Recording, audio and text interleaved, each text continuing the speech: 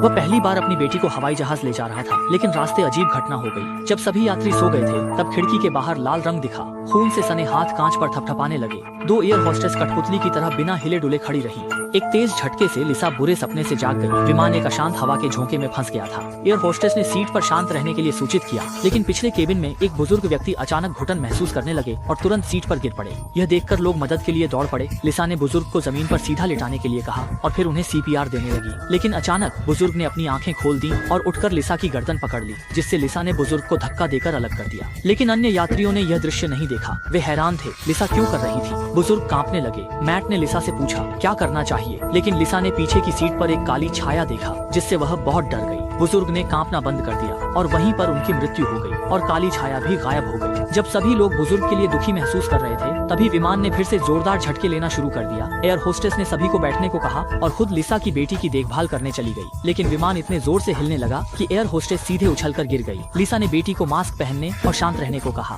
थोड़ी देर में विमान ने स्थिरता प्राप्त कर ली। लिसा ने बेटी की स्थिति देखी और बेटी को सुरक्षित देख राहत की सांस ली। अब तक वह आखिरकार समझ गई कि यह सब क्यों हो रहा था।